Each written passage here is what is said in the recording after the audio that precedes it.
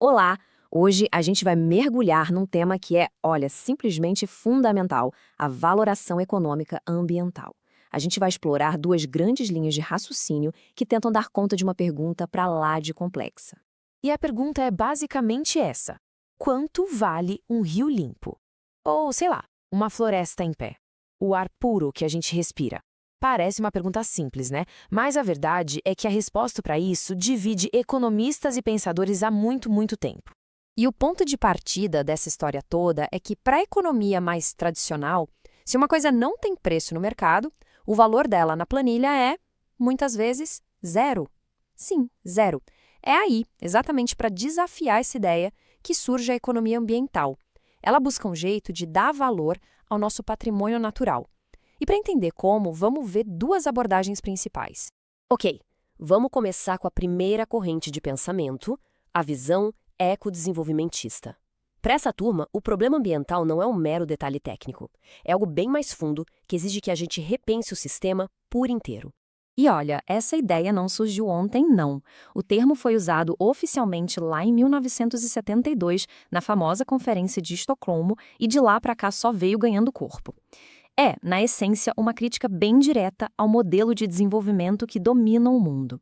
E as ideias dele são a semente de muito do que a gente chama hoje de desenvolvimento sustentável. Essa visão toda se apoia em três pilares que não podem ser separados. Primeiro, a justiça social, para garantir que todo mundo divida tanto os bônus quanto os ônus. Segundo, eficiência econômica, claro, mas não a qualquer preço. E terceiro, a prudência ecológica, que nada mais é do que respeitar os limites do nosso planeta. É a junção desses três que formam o ecodesenvolvimento. Um não funciona sem o outro. Então, para essa escola, de onde vem a crise ambiental? Eles apontam o dedo para o estilo de desenvolvimento. Ou seja, a exploração de recursos no ritmo maluco, a mania de todo mundo consumir as mesmas coisas do mesmo jeito, a poluição que esse modelo gera e até a forma como culturas locais são engolidas. Para eles, o problema não é uma peça quebrada, é o design do motor inteiro. E se o diagnóstico é profundo, a solução também precisa ser. Não adianta só um remendo. A proposta é mudar a qualidade do desenvolvimento, proteger e até ampliar nossa base de recursos, repensar a tecnologia que usamos e, o mais importante de tudo, colocar o meio ambiente no centro da mesa na hora de tomar qualquer decisão econômica.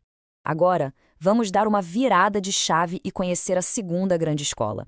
Se os ecodesenvolvimentistas olham para a floresta inteira, a visão pigoviana foca numa árvore bem específica, numa falha técnica do mercado, o sistema de preços.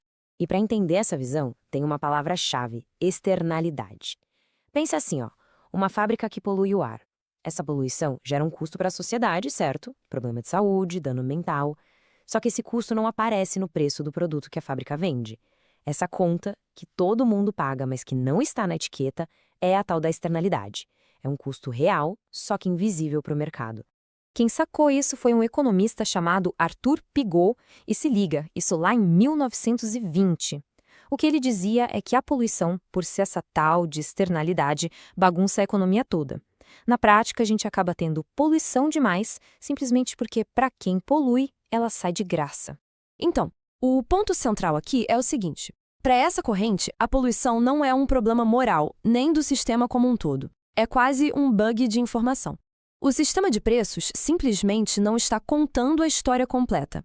Ele está falhando em mostrar os custos verdadeiros de se produzir algo. Certo. A gente viu, então, duas visões bem diferentes para o mesmíssimo problema. As duas querem proteger o meio ambiente, mas os caminhos que elas propõem são bem distintos. Vamos colocar uma do lado da outra para isso ficar cristalino.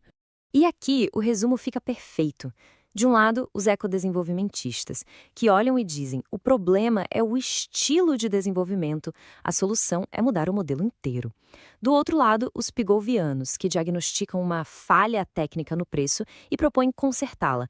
Um exemplo clássico da solução deles são os impostos sobre carbono. Eles forçam o poluidor a pagar pelo dano, a internalizar aquele custo que antes era invisível. Uma visão é mais transformadora, a outra é mais cirúrgica, corretiva. E tudo isso nos leva a uma reflexão final. Seja quando a gente fala dos Objetivos de Desenvolvimento Sustentável da ONU, ou naqueles debates super acalorados sobre taxar o carbono, fica muito claro que essas duas correntes de pensamento, mesmo tendo nascido há décadas, continuam sendo a base de quase tudo o que se discute sobre política ambiental hoje. A questão que fica no ar é justamente essa: como é que essas ideias continuam moldando agora mesmo o nosso futuro.